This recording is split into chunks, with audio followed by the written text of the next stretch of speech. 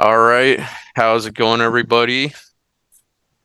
On this video, I'm going to be doing an interview or having a conversation with Nemo Jones, who has been nice enough to volunteer his time to meet with me and just kind of get to know each other and discuss some topics. So I guess why don't we go ahead and just jump right into it? So, Nemo, what is the nature of your work in the truth community? The truth community, the elusive truth community. Thanks for this. This is a great opportunity, for me to just talk through stuff.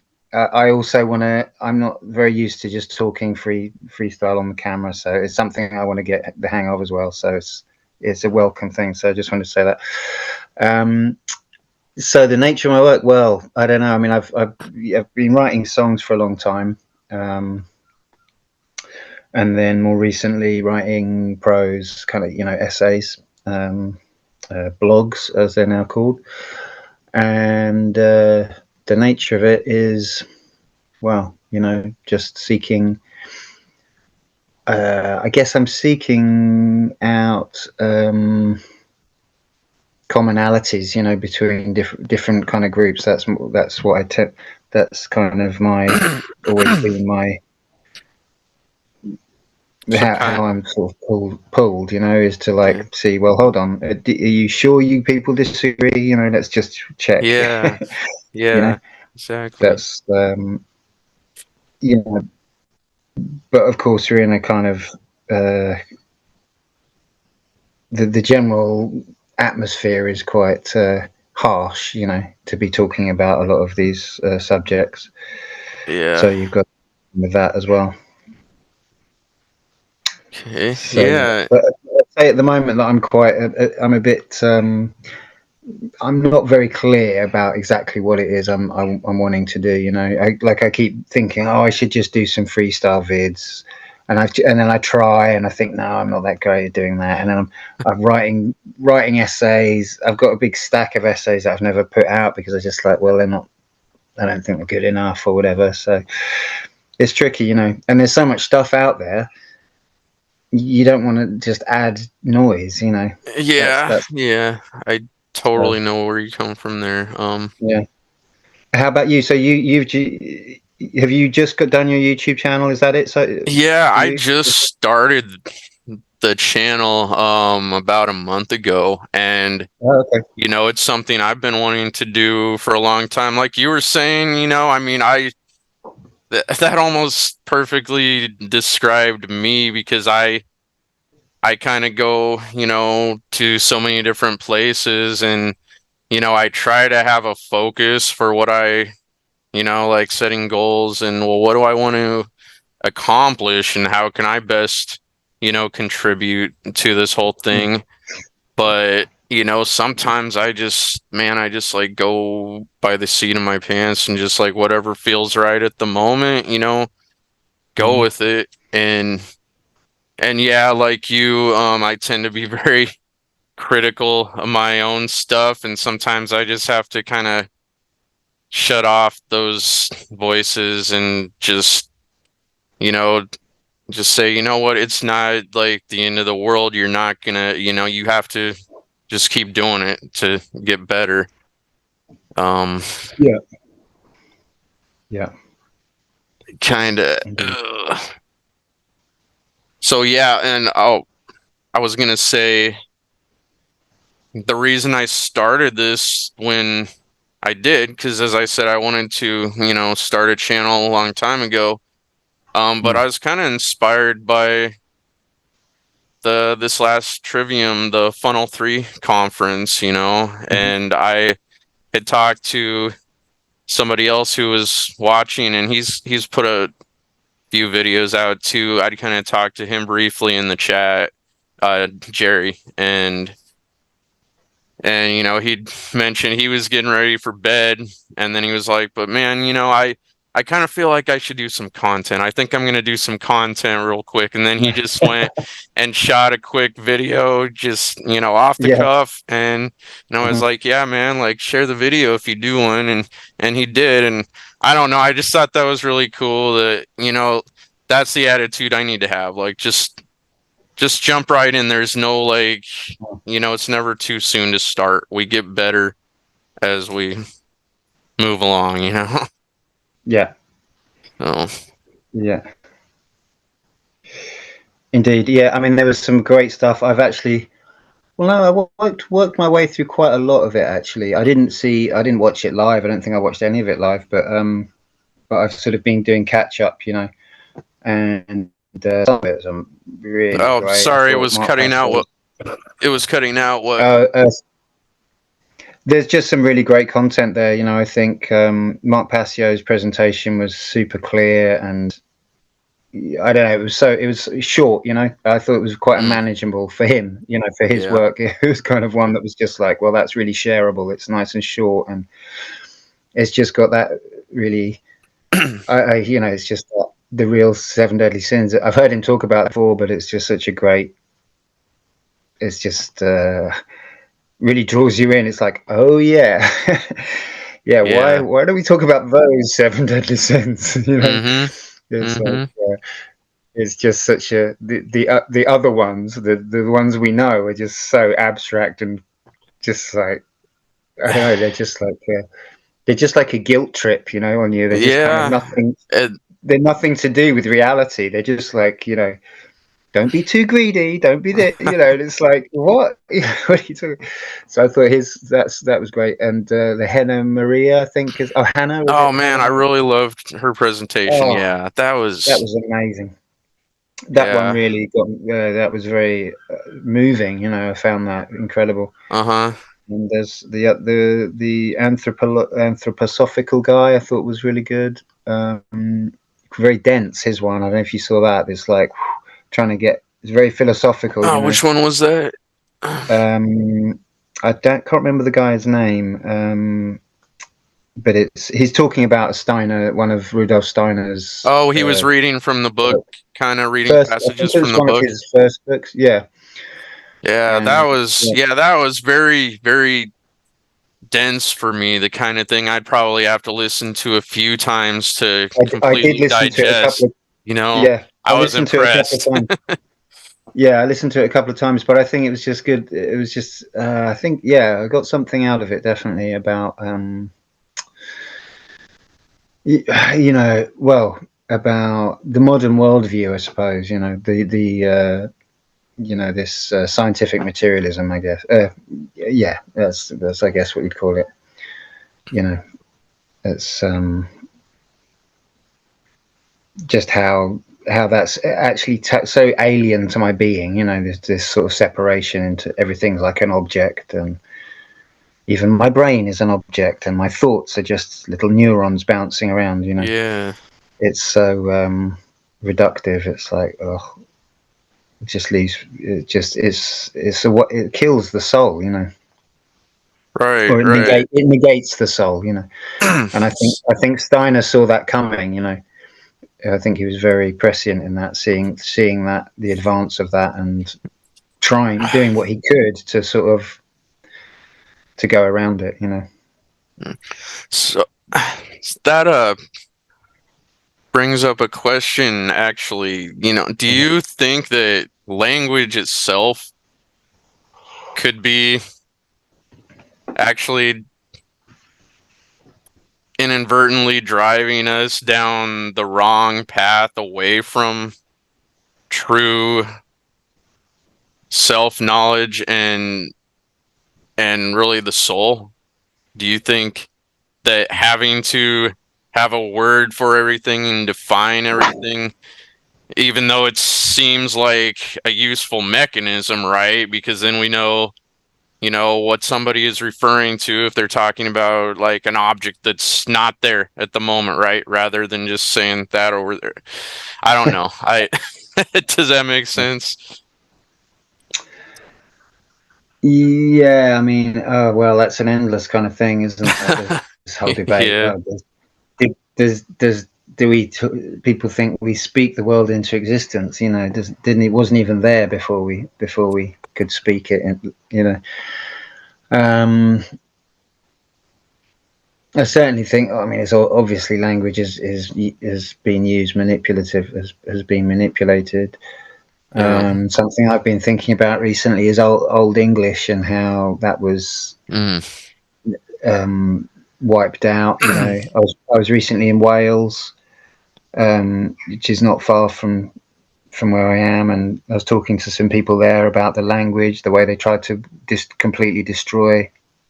You know, they would they did everything to completely eliminate the language, and then you know there was enough of a pushback that it's now come back. There's a lot of Welsh speakers. They teach it in schools, but the amount of like havoc that wreaked uh, in the psyches of people, you know, so much comes out of that. It's genocidal, you know, to wipe out a language, to try to wipe out a language. Yeah. And yeah, old English was destroyed, you know, very quickly. I think, and it's something I'm kind of. It's not. It's a bit of history that's kind of lost. I'm quite curious about how that happened. Um, I suppose it's in the same way as what they were trying to do in Wales, but um, the question. Oh yeah, so different. So language, you know. So I mean, English is a crazy language. It's you know, it's hard to hard to figure out exactly how it evolved to be what it Mm. is. What remains of Old English? Very little. You know, it's such a complex language.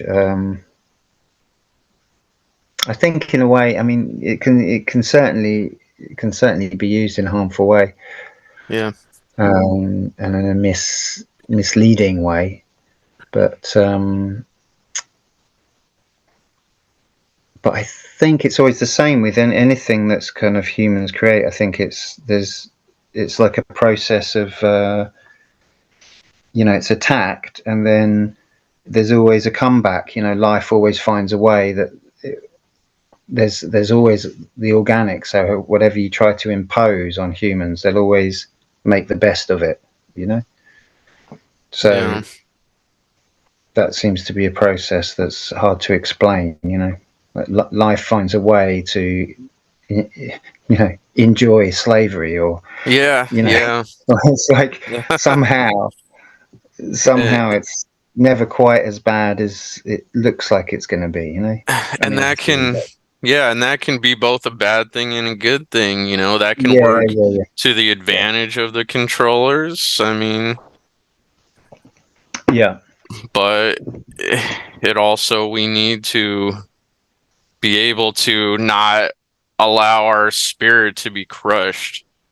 yeah, And yeah, yeah, but yeah, I mean you sort of I suppose it's you always want to be at the probably every generation like think dreams that it's at the final, this is the final moment of choice, you know. But it yeah, does feel, I suppose, because we're now so obviously now in the global era, you know, there is a difference in this for us now, you know, that right. Everything is on a larger scale. and it can't go beyond that, you know. It's like we're now it's everyone, and so there is something different, and I think it is time to get down to fundamentals, and that's certainly what I've been trying to do in recent years, which is what's brought me to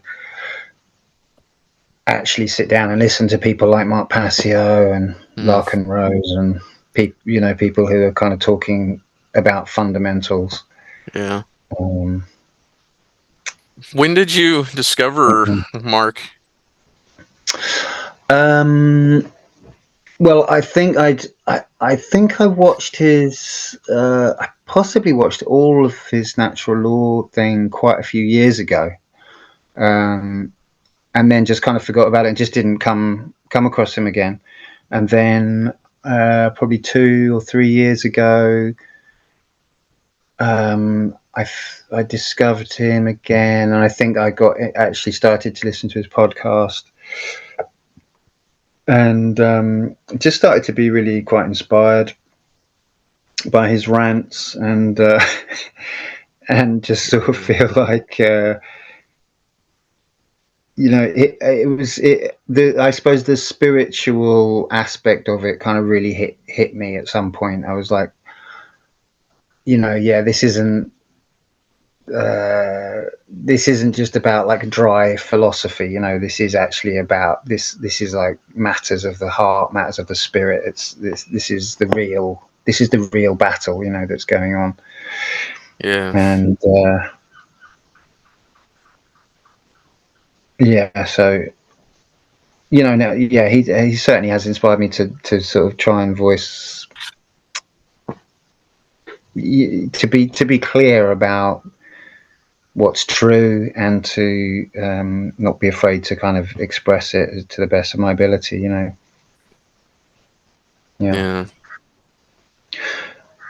He I mean he was a big inspiration for me as well. That was I think what before I found him, I was more kind of in the maybe new agey Mm. philosophy way of thinking, and Mm-hmm. I hadn't thought a lot about what anarchy really was. And Mm-hmm. so I like to say I was a recovering Democrat because at some point I realized, both sides were, really just a path to our undoing. Mm. And so I guess, I was in the right place to hear his message at that time, but it kind of opened my eyes to another way of looking at things. And then, his passion and his anger at times did, inspire me. Hey, yeah, I need to be doing more. And I found Mm. so many great like people through, looking at his work, and, the other content creators on like One Great Work Network, and then, on this most recent funnel conference. And I just keep going down more and more, I guess, rabbit holes, so to speak. But it's just, man, like if there were only more time in the world to really look into everybody's work, and so that's kind of Yeah. spend most of my time doing outside of Well, my job. that's the thing. Yeah, is like, yeah, because that's the hesitation with putting more stuff out there, isn't it? Because you think, well, there's already far too much for me, Yeah. for one lifetime for me to look at. What am I adding? But then the thing is, every little thing, you never know what's going to make a connection with someone. Yeah, yeah. It's That's like tricky. perspectives, like I mean, one person could be saying the exact same thing, but just saying it in a way that might vibe more with you, and so that message really hits home. Mm. And yeah, I've noticed that. So, because that's something I've thought about too. Like, well, if I try to Sorry, do, you broke up a little. You broke up there for a minute.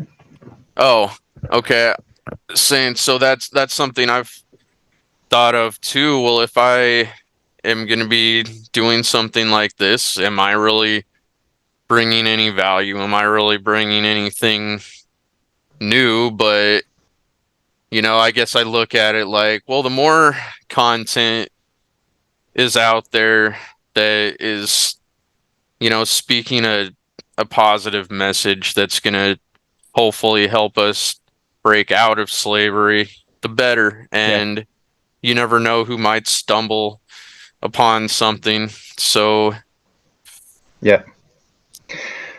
Yeah. I mean, I think Mark has, through, it's in a way, it gives he's given us a language, not or he's revealed this language that was already there. So just the the concept of natural law. I mean, I've been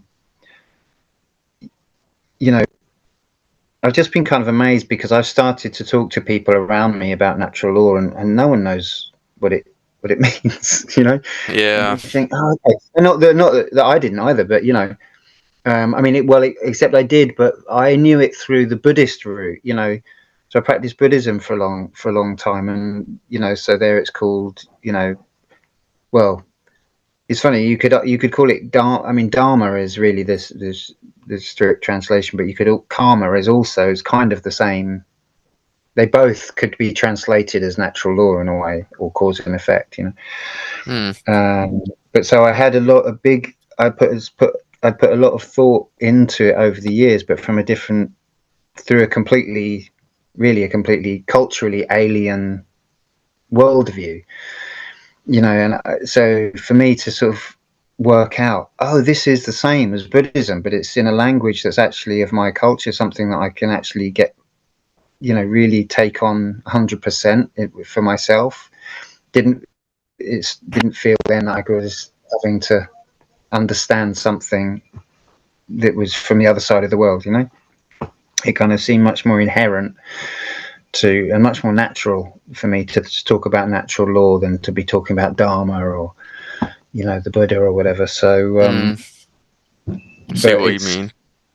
yeah, but it's it's the same. Of course, it's the same because it's truth. So Yeah. it's very simple. But I think yeah, Mark's done a great service in that. For instance, the funnel, which maybe we should just say is the Freedom Under Natural Law Conference. Yeah. Which there's been two, I think. Is there? I think Three. I two think or Trivium was three. number three. Yeah. Okay. That was the first one Um, I'd seen myself. yes. Yeah.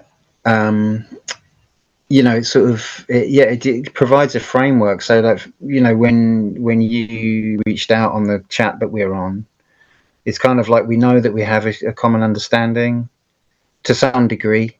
You know, Yeah.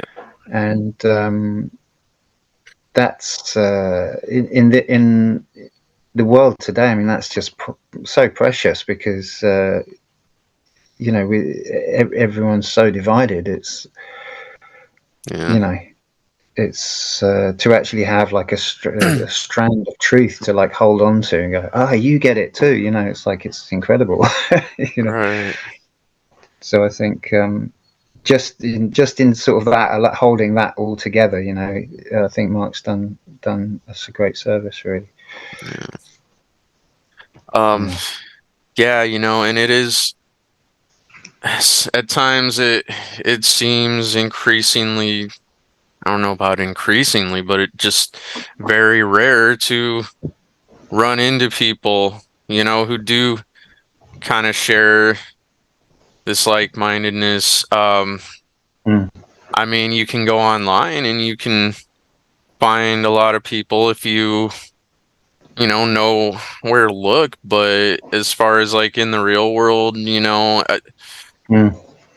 man, okay, so I was at the gym and a guy like saw my government is slavery shirt and he's like, "Oh, that's awesome, man. So are you into conspiracy theories?" And I'm like, "Well, I don't really like to call it conspiracy theories," but he's like, "Yeah, I just, call it what's really going on." And I'm like, yeah. "Yeah, yeah, totally." I asked him if he knew about Mark Passio. He said he hadn't heard of it, heard of him, Mm, and I said, "Yeah, man, definitely check out his work." And I asked him, "Are you on Facebook or anything?" Because, I think it's always great to like make connections like that. And, he was more of the mindset like, avoiding social media and everything. And I mm, definitely see the value in that, but I think I don't know, it's almost like in order to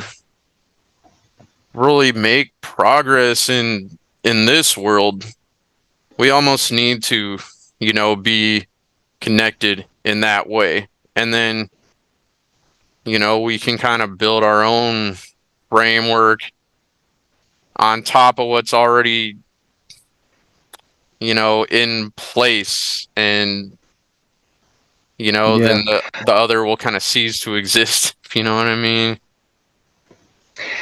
Yeah, I mean, I think it's well, it's this global thing, isn't it? It's like while the internet is in this I think that something I learned from Buddhism is about understanding the time.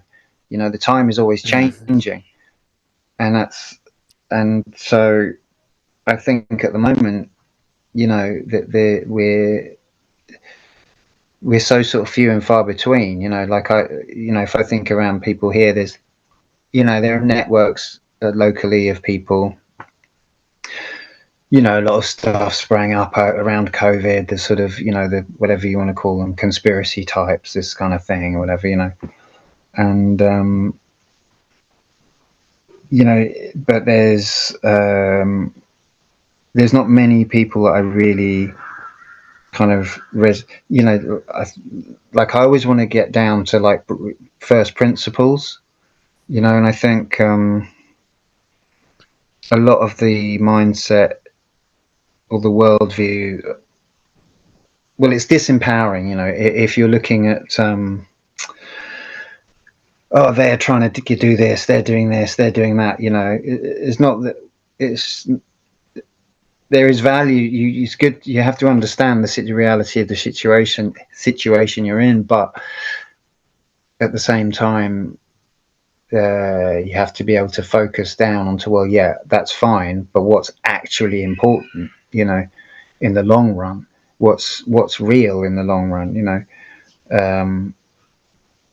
and I think I found that it's there's not, you know there's not a lot of people who've kind of made, like for instance anarchism, or not, for example, I mean, it's one of the most basic things, people, and I'm kind of new to anarchism, really, relatively speaking. I mean, I was quite apolitical for most of my life, I'd say, but and maybe because I was naturally an anarchist, I hadn't really figured it out. But then when you sort of really think about it and work it out, and Larkin Rose is great for that because he's got Yeah. Yeah. just so many ways of just, well, you can't really argue. It's just like, okay, yeah, fine, fair enough. Um, and so he really helped me to just go, oh yeah, obviously it's logical. And then from that point, when you're into, okay, well, so it's morally, there's no argument, then Yeah. you're in a, it doesn't put you in, it doesn't make life any easier, but it means it gives you something stable to stand on. You have a foundation. It's like, well, Right. it might seem very unlikely to you that anarchism is ever gonna, we're ever gonna actually manifest an anarchist world, but I know what's right, you know, Yeah. and that's more important, And Um, yeah, and and that's I'll go ahead. well, I was just going to say that I don't, I think, well, there probably there are a lot more people running around who like the word anarchist than who actually understand the concept of anarchism. I think, Hmm. um, and so just the fact is that we're kind of very spread out, around the world, and so I think it's a very long-winded way of referring back of responding to what you said about social media, is that I think at this moment we kind of do need to be spread out in that way, but and to use that. Uh, but I would sort of hope, that that will become less so, and we'll be able to actually focus down more on our Communities, locality. Yeah, something yeah, we've kind of lost. yeah. So we've completely lost. Yeah, Yeah, like, yeah, man. yeah. We've completely lost. And I think Um, that was probably by design. I mean, and it's been such a long process. It's not a recent thing. You know, Yeah, yeah, it's true. not a recent thing. Yeah. Uh, you'd said, you know, how some people will refer to themselves as anarchists and not Mm. really understand the word. And I've called myself an anarchist before, and then I kind of stopped doing that because I thought, you know what, can I really say I'm an anarchist? I'm still living in this system. So, Yeah. maybe I shouldn't be putting a label on it like that. Maybe that should be the goal, Yeah. but I can't honestly say I'm an anarchist. I believe Mm. in the ideas of Mm. anarchy. So, Yeah. Well, it is. It's. I mean, because a lot of times you have these sort of debates. People. I had a little bit of a debate recently with someone, um, and it was the sort of classic. Oh, but who will pay for the roads? It was that kind of debate. roads. But the roads, and and my I was I just said, we're so far, we're so far from that being the problem. Yeah. It's like you're talking about the last 100 meters of a marathon before you start the marathon. It's like, and the thing is, an actual anarchist world is something that evolves out of sovereign beings. Uh, It's not the other way around. you know, yeah. You can't say, okay, anarchism, go. Everyone be sovereign now. Uh, It's and not. It's not that way.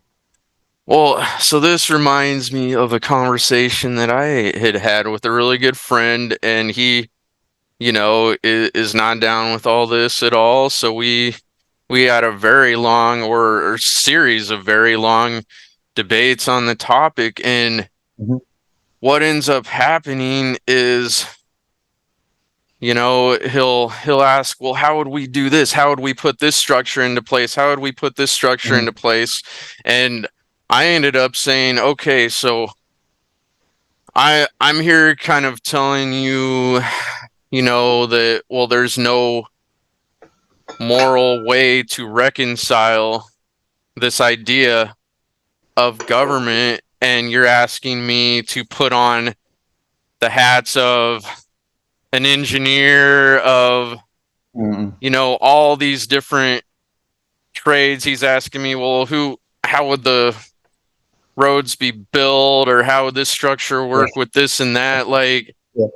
I'm not the expert in all these fields, and we still have those people. And I guess a common misconception seems to be that all these things would just go away, but Mm. it's really just as simple as we could have all these same systems and just, not force it upon people. And there's, as Larkin Rose has pointed out, there's not a set way to do this. Why are you asking how it would be done? Why not, you know, think of solutions and see. So I'd read this book, Anarchy Works by Peter Gelderloos, and it mentions many different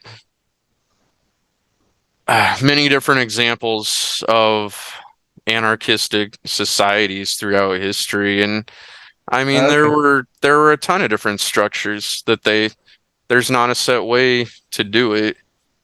Mm. So yeah, Yeah. I guess I don't know. It just seems like there's kind of a disconnect there, Yeah.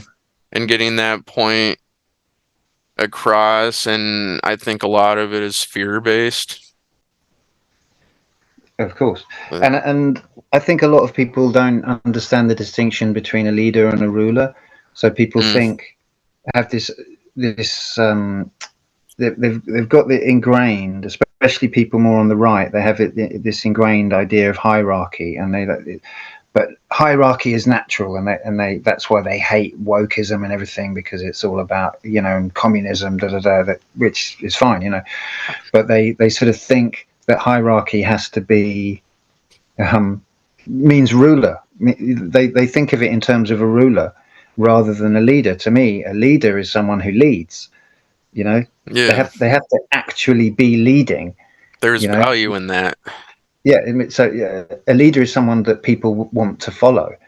You know, a ruler is complete. It's so different. It's so Like, fundamentally, energetically different. I know You know. any idiot could be a ruler, and we've Yeah, yeah, seen yeah, yeah, examples of that. And you see that in yeah. like entertainment all the time. Like, for instance, Farquaad on Shrek, or, whatever. Like, you can Yeah. have the biggest moron, the most childish, narcissistic person be a ruler, which oftentimes that's, what we see because, Mm.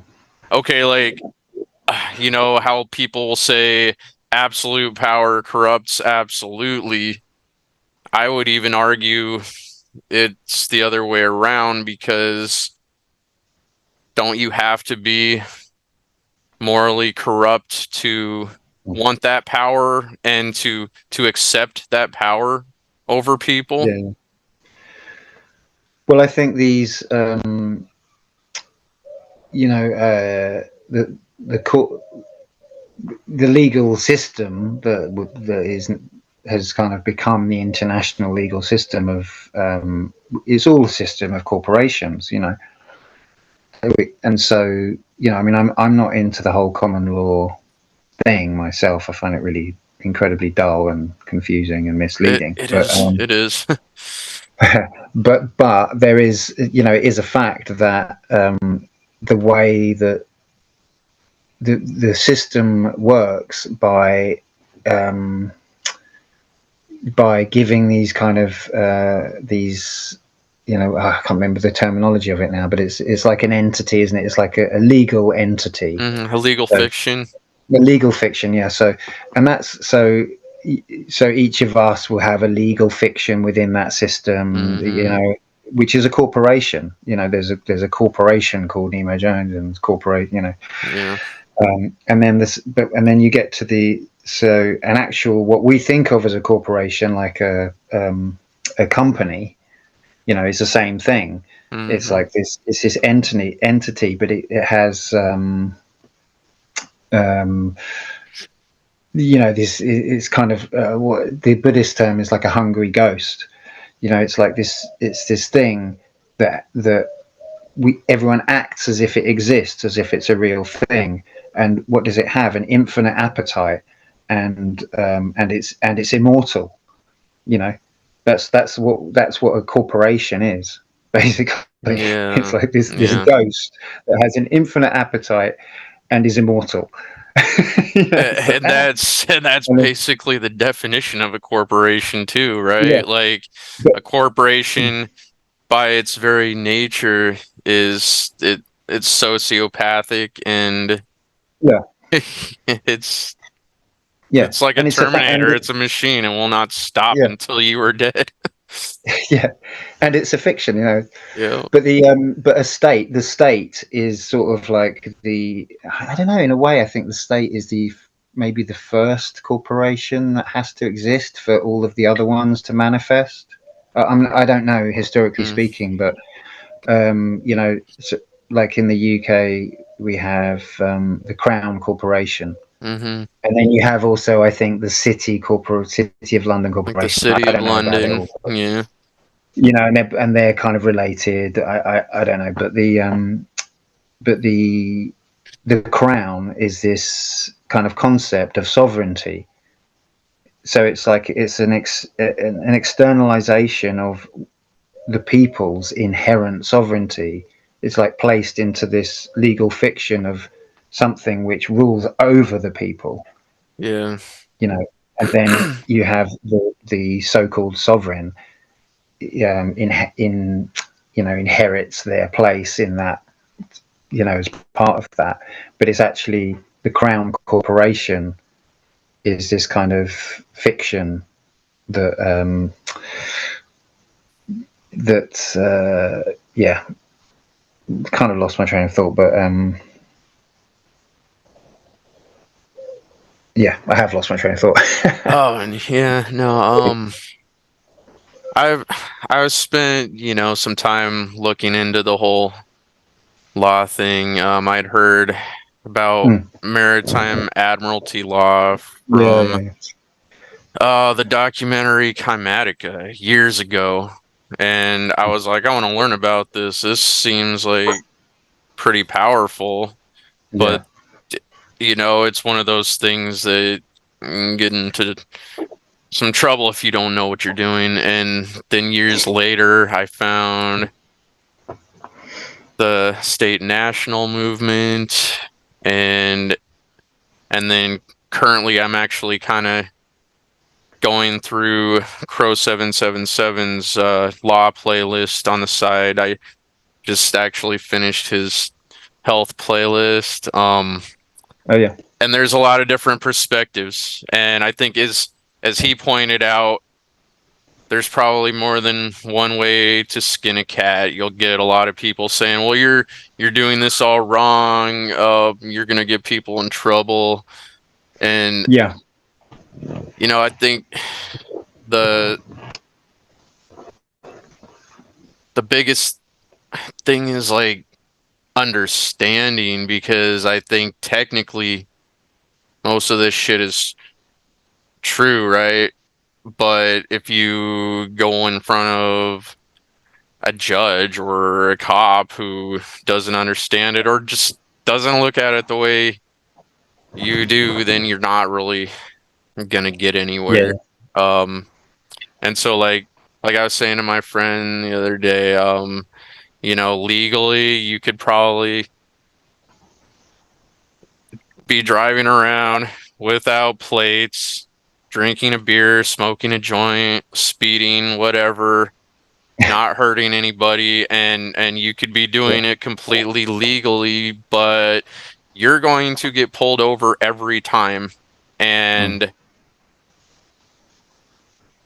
what's going to end up happening, you might end up having some small victories, but you're going to spend your whole life in court. Is that what you want to be doing?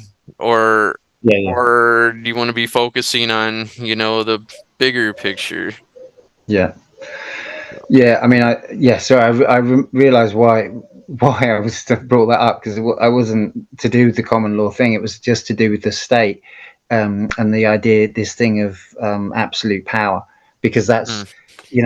that's what that is. It's like, so then once you've established, once once a society, a nation, a tribe, whatever, submits to this idea of a of this possibility of like an absolute sovereign, a ruler, this position, which is kind of like it's not really the person, it's the position, then that's the end, you know. Yeah, and until they wake up, you know, Yeah. that's just the end of their sovereignty. It's like literally, it's in the name, You've given your sovereignty away. Well, that's what do you expect after that? It's not. It's just going to be downhill all the way after that. So it's not to do with really the person. Where how if it's a good person, oh well, good, you're lucky for a few years. Things won't be too bad. But you haven't changed the actual spiritual choice that you've made to give away your God-given sovereignty. And it's like, until people actually reclaim, literally, we have to actually reclaim and inhabit and manifest and be our sovereign selves. Hmm. That's the only right way to live. And then you can have a leader, and it's no problem, because yeah, great, I love this guy, I'm going to follow him.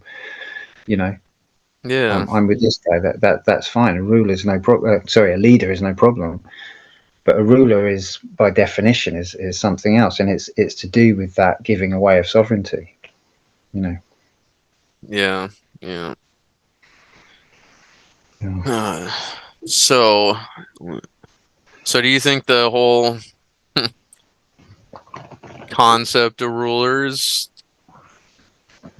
do you think it emerged um from a leader who got it into his head, hey, like I could take this and I could assert power over these people, then maybe it started out completely innocently and then it just kind of emerged by one person abusing that position that they were kind of given or fell into.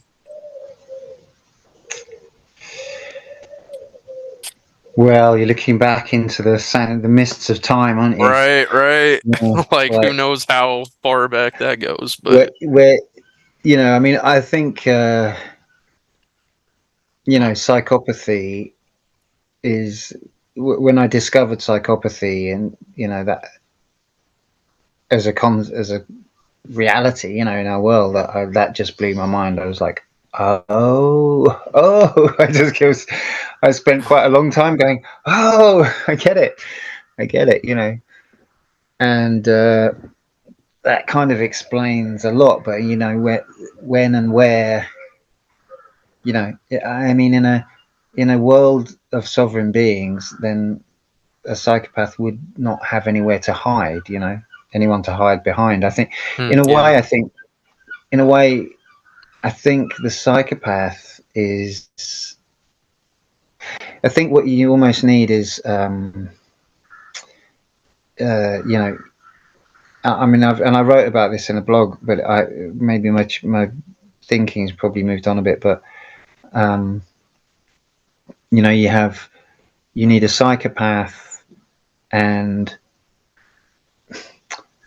well, maybe a narcissist, you know, and the psychopath uses the narcissist because the psychopath has no interest in being in the spotlight or whatever. They're not bothered, they just want the power.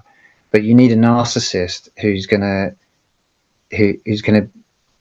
you know sort of want that position, and take that position and Yeah. play that role. So it's But kind of this, like a symbiosis. yeah, that's what it feels like to me. So it's something to do with that energy, and I guess that's what it's been historically, Yeah. because Makes total sense. Like the yeah, psychopath would be when they say, these are really the people controlling the world and you don't know their names.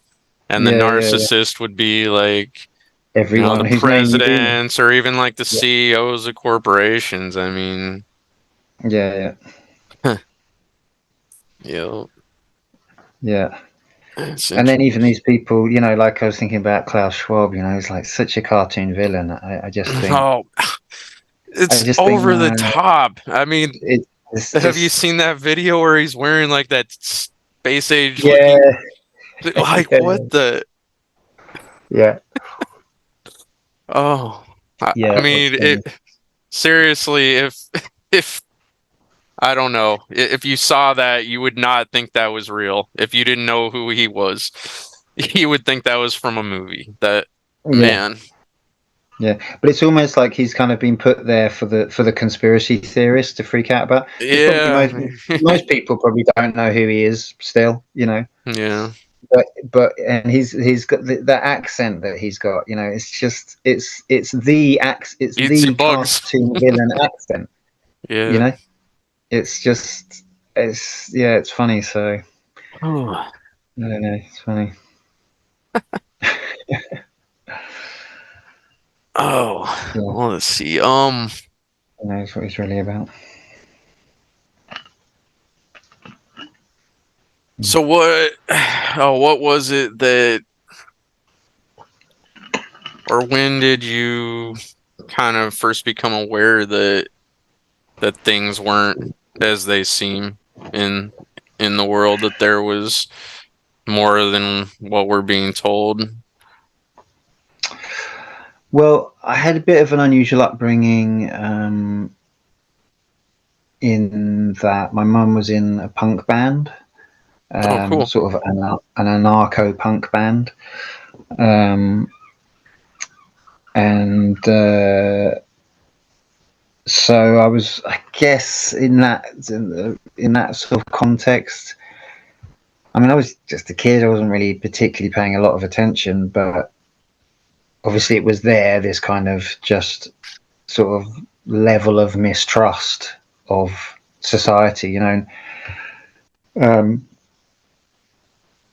so, but it was always a bit of a sort of funny edge for me. Like, well, I was like, well, do I just not trust anyone, or I don't know. I never quite figured it out, and I think I just didn't really want to think about it too much for a lot of my life. And then,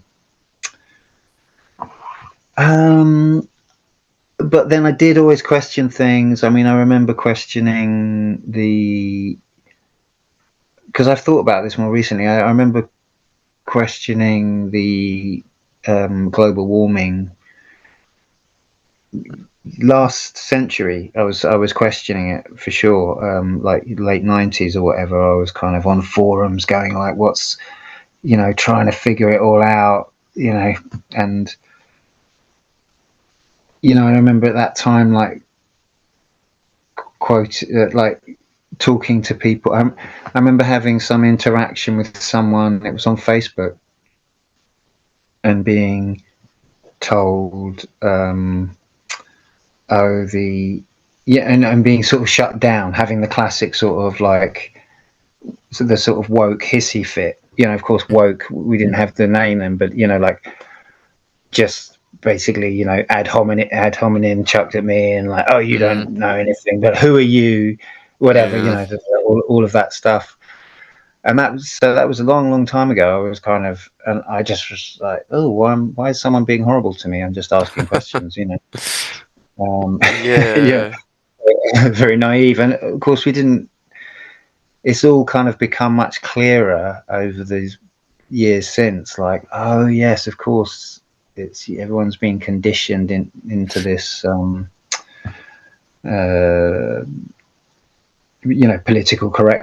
politically correct way of thinking. That, and they're scared. They're scared to challenge that, and they're constantly being that's constantly being reinforced. In the media that they consume. That they're the good people, and they don't associate with the nasty, fascist conspiracy theorists. Blah blah Hmm. blah. Hmm. Nasty word, So, but yeah, so it's always kind of been there, but I just wasn't really very political. And then 9/11, I was, I mean, I was just shocked that I didn't know what to think. And then in the years after, I was like, but hold on, and got interested in all of that. Hmm. Um, uh, and then I think in more recently, then I started to notice, when it was the alt right, I was kind of like, hold on, these people actually seem to have some good points about what's happening in the world.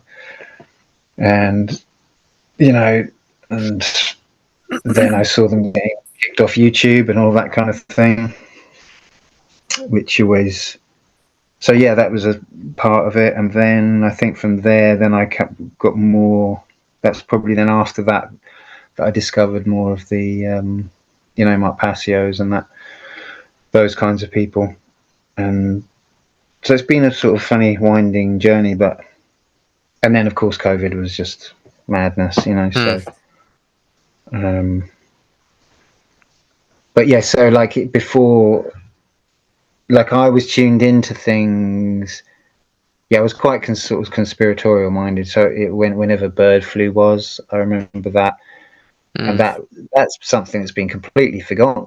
So forgotten. Like it's actually quite hard to find anything about that now that refers to some of the shenanigans that went on that were very, very dodgy around that, and that was, I think, in the 2000s.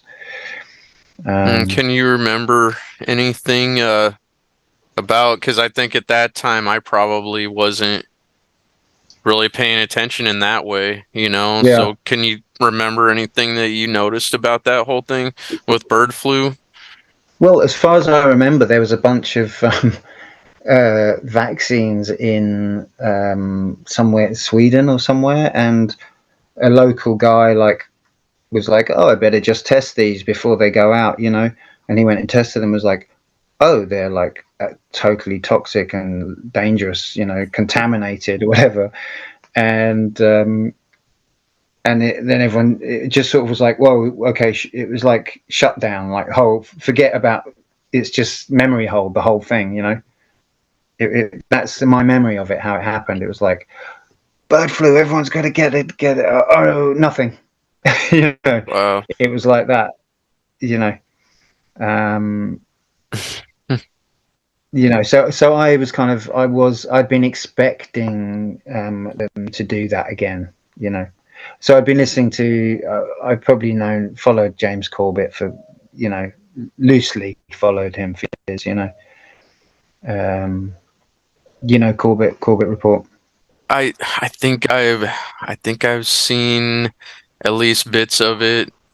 Um, Hmm. I can't think You've probably come off the across it. top of my head who. I know the Yeah, name. I he's know. just yeah, he's he does kind of quite in-depth research. I mean, he's yes, just well known in the alternative media, alternative news research kind of Okay. space on all kinds of stuff, geopolitics and all kinds of things, really. Yeah. Um, Quite sort of understated. Everything's researched. He won't kind of go out on a limb, really. But he's an anarchist as well, and so that was that made me think. He doesn't talk about it a lot, but that he was. I just would notice this. I go, oh right, he's an anarchist, and then Ian Davis, another guy who I don't know how long he's been writing. I think not that long, but he wrote a lot of really good stuff during the COVID operation, and he and then I noticed, oh, he's an anarchist. So I just Hmm. go, oh, look, these people who think a lot seem to be anarchists. you know, Yeah, like so it was quite reassuring. I thought, all right, maybe there's something to this after all. you know, okay, so I wanted to share when when I was it was maybe about a year and a half when I became really active in politics. You know, I voted as a Democrat and I was immersed in all of that rhetoric and learning all the Yeah. talking points. And Mm. I have to say, man, like libertarians and anarchists were probably my biggest bane at that time because, okay, Republicans, it was easy. Oh, well, man, they're all Yeah. corrupt as fuck. And, Yeah. Yeah. but Yeah. then, like, these guys actually brought up good points that I couldn't Yeah. reconcile, and it was frustrating.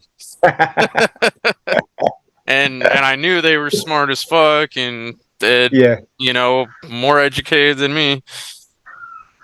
Yeah. So, and Mm. when I finally just started intentionally challenging myself Mm. and seeking out to learn both viewpoints of every topic that I would look into, and even purposely like seeking out things that contradicted what I already believed, that's when, things started making a lot more sense.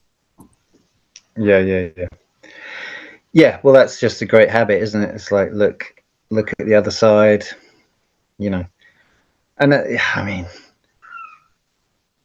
I would, I would never recommend anyone go anywhere near the Guardian, but Mm, I somehow saw a link, And yesterday I ended up skimming through this recent article in the Guardian, and oh, it's just it's just so shallow that the you just think, can people really?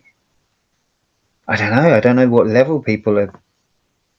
I mean, does anyone even actually read this? I just don't know. But it was just this kind of thing of like, it was kind of like, parodying the sort of conspiratorial mindset. And of course, it's talking about QAnon and just dropping in fascism without any reference. Oh yeah, fascism. Like what Mm, exactly? What are you saying about fascism? You're just using the word, like most people do. yeah. And and and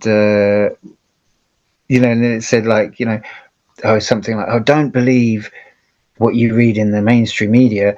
Believe what it says on the internet. you know? And this idea that like they're like, Yeah. oh right, okay, yeah, I'm not. I'm just going to believe what I see on the internet. It's like, People well, just the saying internet. stuff. That's basically Yeah, what yeah, yeah, QAnon was. I mean, a lot of it. Like somebody would, and I yeah. dove into that whole thing, quite a bit and was convinced by a lot of it, but something didn't add up. And Well, it was when I heard of now what's it called, Operation Trust or something. Do you know this? It was uh, basically during the Russian Revolution. I'll see if I can find it. I think it might be Operation Trust. Let me just see. Yeah. Um, oh yeah, here's a little thing about it. QAnon bears striking resemblance to Bolshevik psyop from the 1920s, known as can you say Operation that Trust. term again? It cut out a little bit. The Bolshevik sorry, Oh, Bolshevik. uh, QAnon bears striking resemblance to Bolshevik psyop from the 1920s, known as Operation Trust. And Mm, yeah, it was a Bolshevik counterintelligence operation 1920s aimed at neutralizing opposition by creating the false impression that a powerful group of military leaders had organized to stop the communist takeover. oh wow. Yeah, so it's, um, yeah, and I mean, it's where it's quite well documented, you know, Yeah. thing. Um, That anyway, yeah, that's Q. something But that it, what's that? no, well, it's just the just the inanity of this Guardian article. Just was like kind of I was thinking, oh my god, the people. And I remember having people say, during COVID, kind of saying, I would say something about, oh yeah, right, okay, yeah, right, we can't have chess club because of the pandemic or whatever. Great, and the guy's going, oh, sort of spouting this kind of thing. Oh, something about blah blah blah, Alex Jones, or blah blah blah. Uh, QAnon. Well, it wasn't QAnon then, but it's just like these. You just know that it's just gone in one ear and it just comes out like this thing that they just don't know what the hell they're talking about. It's just a thing that they can say in response to Mm, you being a conspiracy theorist. yeah. It's it's a sad state of affairs. And I think that's also another reason why language is so huge in, keeping people enslaved because I remember the alt-right when that term was being used a lot more and automatically if you heard that then you were like, "Oh, well then that's racist bullshit." Yeah, it and you don't even look into it. I mean, me at the time I didn't like because I bought into the whole, democratic socialist thing Yeah. and had never really bothered to You hear these words like conspiracy theorist and alt-right, and so it's like conditioning. Okay, well this means don't look there. So, Yeah. and man, and it's all like Mm. everything like this whole, world we have like a world on top of a world, and it's, like the legal fictions. Like Yeah. I've I've likened it to the demiurge, the Gnostic belief, how the demiurge created this world. But see, what I think is the world that they're referring to is not the real world that we actually live in, and we're just products of evil, basically. I think what it is the demiurge created this false world, and it doesn't even have to be an actual entity, but it's this false world of legal fictions where things have a different meaning. It's representing something that we think is a real thing, but it actually means this, and it's all designed to, keep us from really knowing what's going on and really knowing what we're consenting to. Yeah. Yeah, and also kind of yeah, you're kind of operating in it's a virtual world, really. I'd say Yeah. that's in a way the perfect kind of way of understanding it. You're not actually grounded, and you're not dealing with the material or the spiritual real world. You're kind of in this like fantasy fiction. Um, and you're afraid of ghosts. You're afraid of the idea that someone might think you're racist if you look at look at the wrong YouTube video, or something. It's Yeah. like there's no what it's like everything's kind of it's like a hall of mirrors. Hmm. uh, yeah, I don't. I mean, did you know John Lamlash? Have you come across him? I'm not I'm not Yeah, sure. The he's name doesn't interesting. ring a bell. Yeah, he's an interesting. I mean, he's another one of these sort of he's a character for sure. Um, but he's got his interpretation of the Gnostic teachings, and he says that, which is actually more like what you've just said. It's a lot more that, but he says that people's sort of interpretation of the Gnostic teachings and the way that people refer to the Gnostic teachings, they're actually they're describing it through the lens of the Christians who wanted to discredit Gnosticism. Yeah. So, so it's not actually you're not.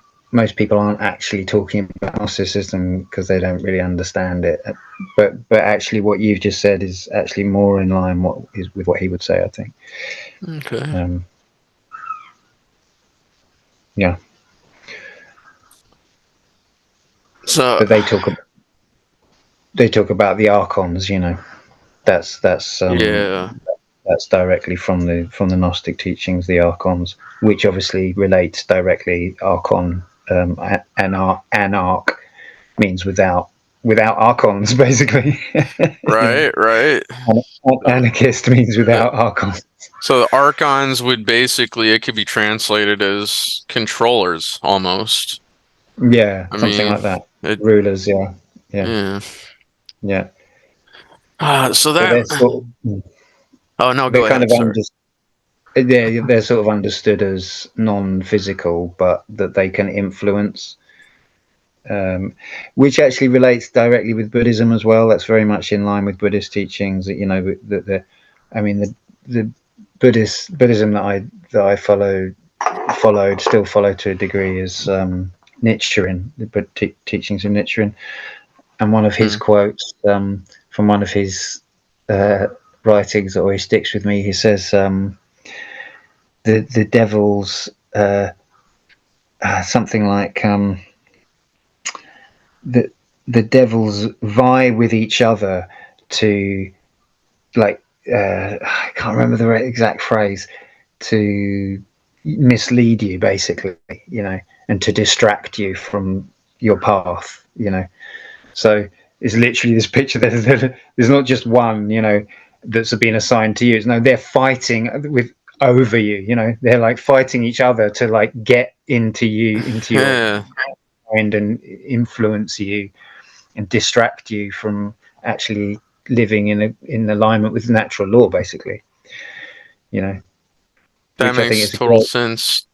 It does, yeah. Like, because when you look at it, like I heard somebody saying the other day, I mean, you know, there's this image that, that it's just all these groups, fighting each other, and there's no worldwide conspiracy, but, it's probably a little bit of both. Yeah, they fight to some extent, but they still all share the same mindset and the same end goal. Yeah. Well, the end goal is a funny one. I mean, I was thinking about that today. I think the end goal. I think the psychopathic end goal is quite hard to understand. I think it's kind of self-negating ultimately. You know, it's kind of I think ultimately it's self-hating and self-negating and self-destruct, Yeah. self-destroying. You know, You know what I because find? Oh, go ahead. well, just if we think about the amount of the amount of poison in the world, you know, all the forever chemicals, the BPA's, all of this stuff, that's just now in the world. It's in the atmosphere, it's in the ground, it's in the water, it's in the oceans. You just think it's just Like, how are they how not hurting themselves too? well. I mean, like how could you be a higher level, of a company that's where that you're doing that. Like how can you? That doesn't make it, it's self-destructive. It's just self-destructive, isn't it? It It's seems it, like it. it's like madness. It's like a total madness.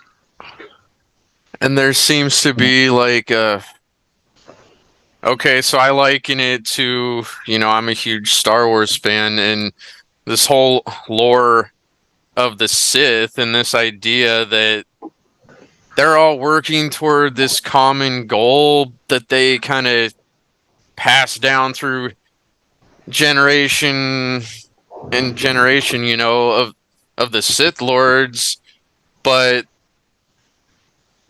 the time frame, if we're talking hundreds or thousands of years, to accomplish this goal and the patience involved to do this, and you might never see the fruits of your labor. So it's almost like they're being selfless, but following a path that's completely selfish. It kind of almost seems to contradict itself. Yes. Yeah. I see what you mean. Yeah. And Yeah. so it's almost like then there's got to be something else in there, like something that transcends the mortal being. Mm, That would maybe be like the biggest yeah. thing that would speak to there's got to be some kind of unseen force that is influencing this in a way. Yeah. Yeah. But yes, it is paradoxical that you do work selflessly for this idea of selfishness.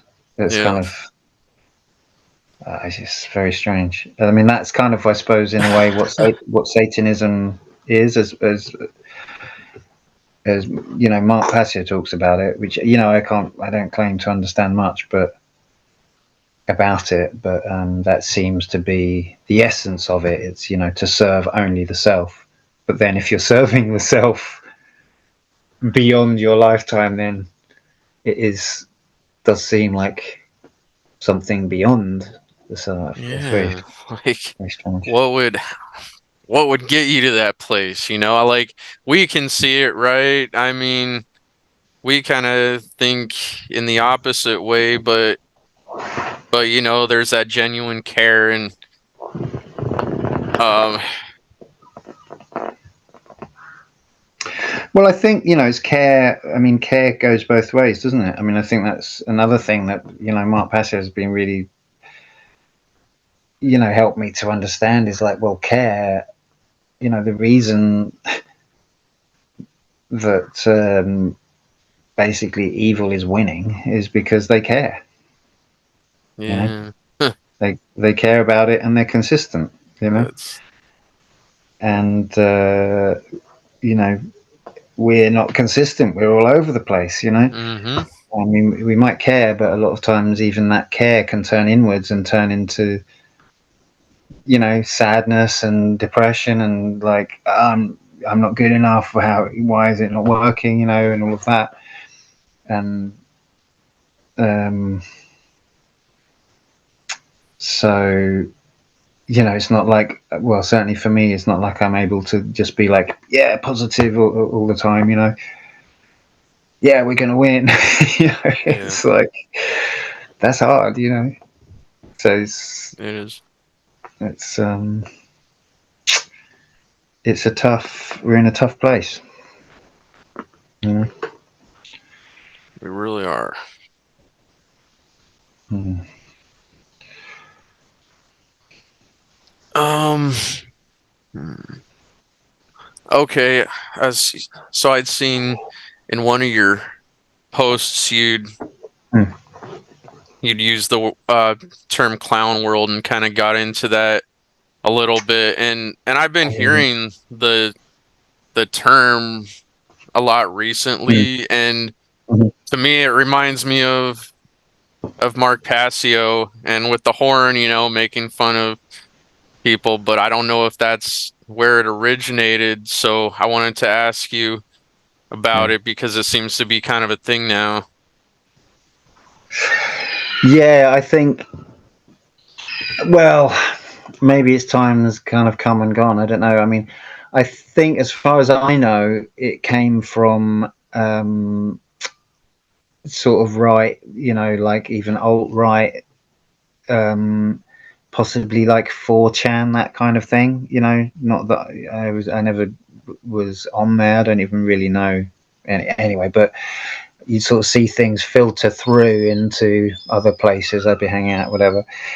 And I don't know. I mean, I'm always a bit suspicious of these kind of things as well. It's like, well, it's the Hegelian dialectic. It's kind of like maybe it was even just handed there on a plate. Oh, here's a word that you can use to describe, to attack the mainstream. Yeah. It's kind of like it almost seems too convenient, sometimes. But on the other hand, it does describe the hypocrisy that we see going on. Um,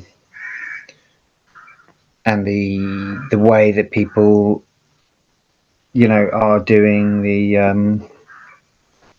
Orwellian thing of holding two different beliefs that can't coexist, but they'll say them both. It's that kind of world. And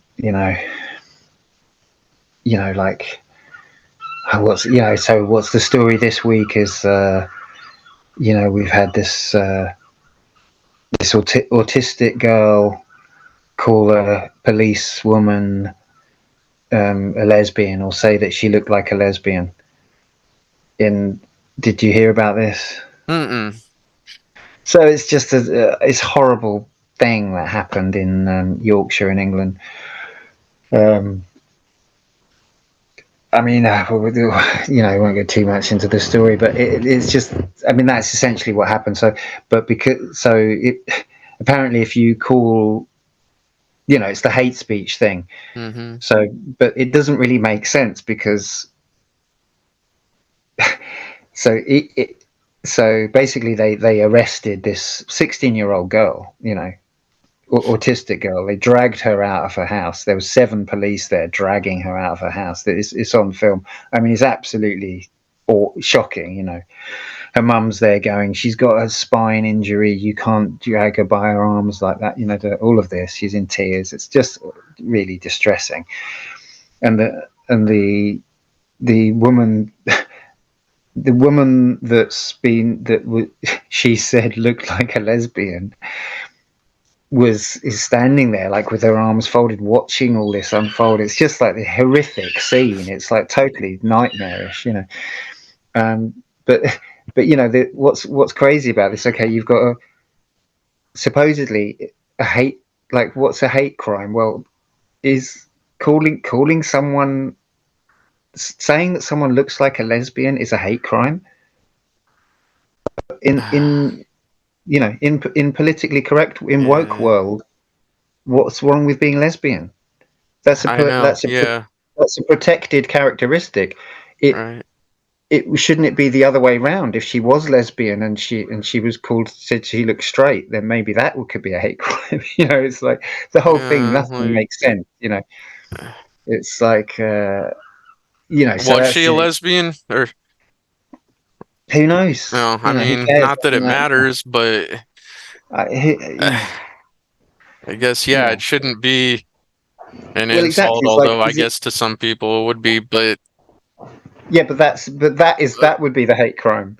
Do you see what yeah, I mean? like It's like it the doesn't whole make hate any sense. speech thing, that's really a dangerous thing. Yeah, Like, calling it that and then using that to, pass laws, like that's a very dangerous thing. That's nothing yeah, more than controlling our, well, controlling us through language. Just like, the whole political correct completely. thing. It's Yeah, nothing more than controlling speech. I mean, yeah, completely. I mean, I did uh, when I had my radio show, I went into a fair amount of talking about, it was freedom was kind of one of the focuses of the show, and I did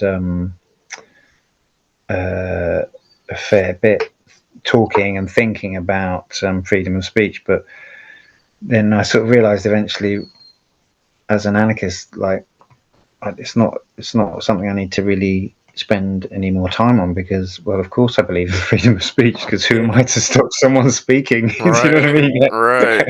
It should go Like, without saying. yeah, yeah. It's like, yeah.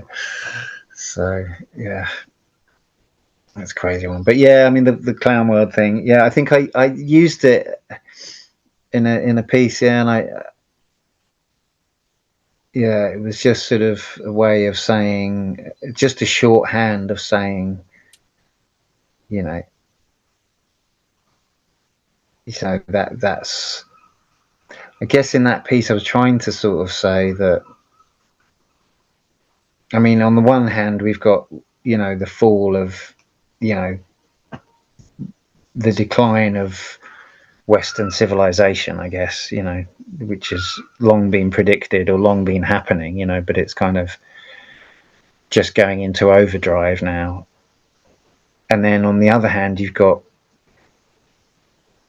well, let's go even deeper, and recognize that Western civilization was built on, um, on an immoral foundation, to begin with, you know. Yeah, And so there's kind of two things are going on, and this is where I think a lot.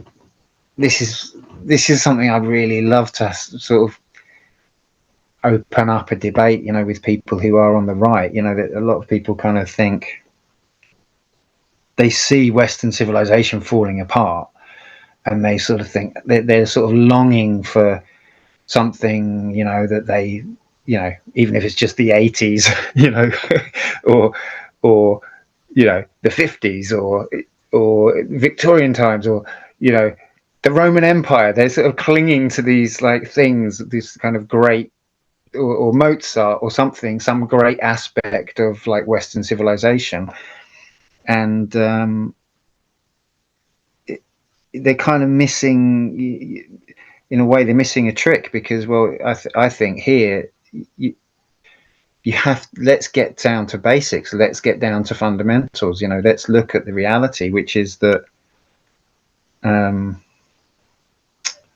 well, as far as I can see,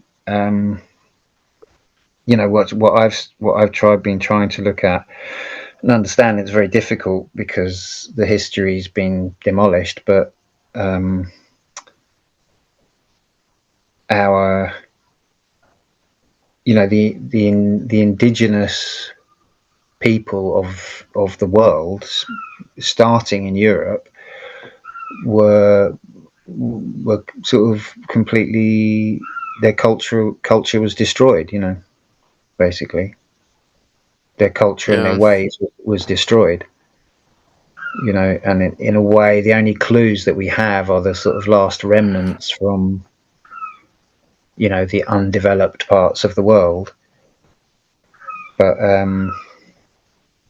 little hints and suggestions. In that Hannah Maria piece, that really connected with me. She talks about exactly this, and how um, you know these roots in the actual earth and the land, and this is kind of in our DNA. Somehow we have to reconnect with it, and all of the layers of sort of false hierarchy which resulted in Western civilization, which obviously then reached great heights. And there are lots of things that you can look at and go, wow, that was pretty spectacular. But it was all reaching up away from the ground, from the roots, and Yeah. from natural law. It wasn't, none of it was founded on natural law. None of it was moral. You know, So none of it it's like really. degeneration disguised as progress. Yeah, I don't know. Yeah, I don't know how. It's not exactly. I don't know what it is, but I mean, it's so immoral. You know, it's like steal all the land. You know, kill all of the keepers of the of the knowledge of the people. Destroy the Yeah. altars. It's in. I mean, I've got it here. It's in Deuteronomy. Deuteronomy in the from the Torah, the Old Testament. So can I just read you this? I just heard this the Yeah, other day. sure. Sure. This is from Deuteronomy, so it's the Old Testament, Deuteronomy 12.3. Ye shall utterly destroy all the places wherein the nations which ye shall possess serve their gods, upon the high mountains and upon the hills and under every green tree. And ye shall overthrow their altars and break their pillars and burn their groves with fire. And ye shall hew down the graven images of their gods and destroy the names of them out of that place. And I thought, well, I kind of knew that this is what had happened to the culture of this, of, Mm. my people, my land. But to actually read it in the Bible, like as a plan, as an Yeah, man, instruction, it's it's mm, like, So this is where like I part ways with like the right, even though their analysis of a lot of what's happening is accurate, but they only want to go back so far. They don't really want to get down to roots of like, well, actually, let's actually talk about actual morals, yeah. fundamental, Yep. immutable moral facts. It's more about symbols, it's Yeah, about flags and eagles and yeah. It goes to different places. It's but quite not hard to really pin down where these people kind of want. because there's a lot, in a lot of ways, my heart's with them. It's like, you know, it's that they're, that things are, it's true that things are being torn apart, that things don't make sense, that did 20, 30 years ago, things were seemed a hell of a lot simpler, and, things like, the Kalergi plan or whatever you want to call it, all of that kind of stuff is like, I mean, some of the stuff that we've seen in this country has been over the last 40 years is absolutely shocking, um, horrific, that, and it's traumatic, deeply traumatic, Yeah. I don't know if you know about, the grooming gangs, What is it? this whole, well, it's something no one is so hard to even talk about. That the grooming gangs is basically this extraordinary phenomenon of uh, uh, migrants kind of systematically grooming and raping working class English girls right across the nation. And this was something that Okay. happened. It has kind of been happening for about 40 years, and Hmm. um, the the sort of twist in the plot is that it was systematically covered up by the authorities because they didn't want to seem racist, Wow. you know.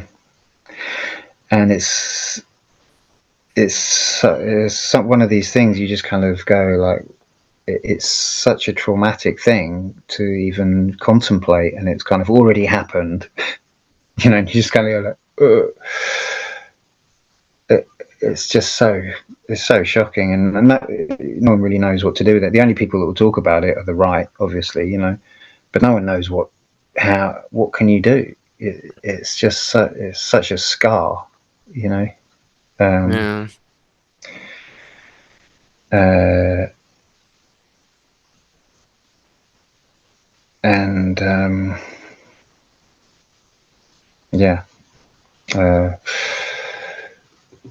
so yeah, so a lot of ways, like I really relate to things that people on the right will talk about, but there's some disconnect between uh, where so you get like Christians. Some people are Christians, some people are pagans, some people are um, atheists, and they kind of in a way identify more in those camps. And then, but it's where people actually come down on sovereignty. There's I don't think anyone that I'm aware of in that kind of scene is an anarchist, you know. Yeah. And most of them haven't really got somewhere to land. They sort of go they'll, because they haven't really thought that deeply about authority,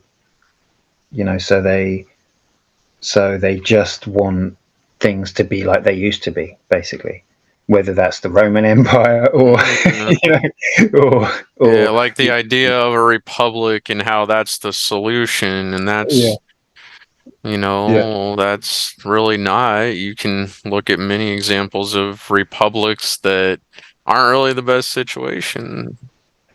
yeah. And it's just that you don't. It's just I don't know. I feel that that's some connection where that I'd like to make. Really, I don't know quite how, but I feel like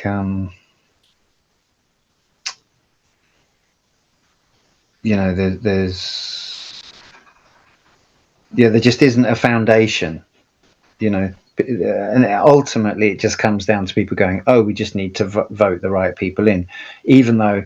most people on the right, that they, or at least that I've paid any attention to, they all agree that, well, it's certainly not the parties that are available to us,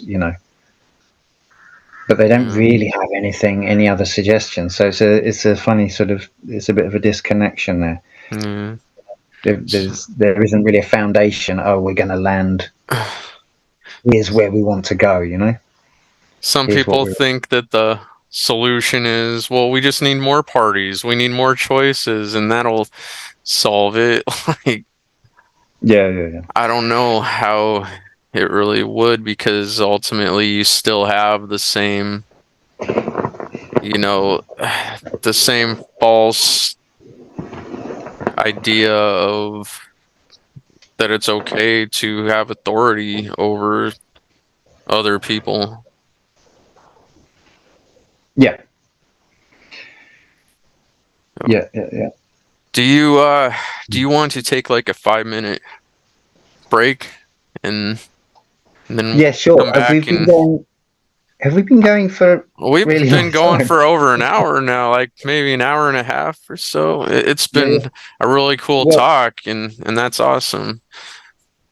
Um, yeah. It's really up to you what you want to do. okay, yeah, let's take a 5 minute break. I'll pause the recording, and then Okay. we'll do what we gotta do, and then we'll come back and Hmm. go from there. Yeah. Okay. All right. Right.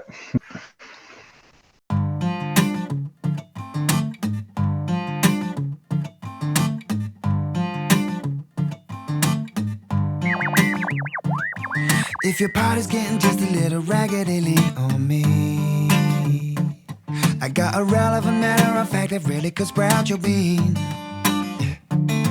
Take the trouble of the world from your back, it's too heavy. Now as you shake it out, your party gonna happen naturally, like this. If you want to shake your world, get ready to shake your curls. Shake it for me. Shake it for me. Shake it for me. Shake it for me. Shake it for me. I know you really wanna shake it. Shake it for me. Well, okay, I guess I can take it. Shake it for me. So shake it like you wanna break it. Shake it for me. Shake it for me.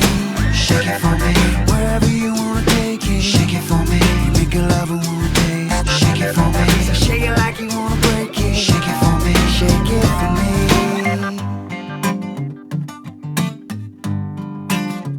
Yeah, yeah. Now if your party ain't swinging right, let us contemplate the cause. Could it be that you find it hard to party when criminals are going to war? Most every Peter and Janet on the planet, they just wanna shake it some more. And when you get to peace with it, then you get to peace with that, and it is for sure. And on these grounds, on my leg, and you can shake it for me. I know you really wanna shake it. Shake it for me. It's okay, I guess I can take it. Shake it for me. So shake it like you wanna break it. Shake it for me. Shake it for me. Shake it for me. Wherever you wanna take it. Shake it for me. You make a love and wanna taste it. Shake it for me. So shake it like you wanna break it. Shake it for me. Shake it for me. If you want to shake your world, get ready to shake your curls. I don't want to fight, I just want to party all night. I don't want to fight, I just want to party all night. You really want to make it. I don't want to fight, I just want to party all night. Come on, let you love it. I don't want to fight, I know you really want to. I just want to party all night. Shake it for me. I know you really want to shake it. Shake it for me. It's okay, I guess I can take it. Shake it for me. So shake it like you want to break it. Shake it for me. Shake it for me. Shake it for me.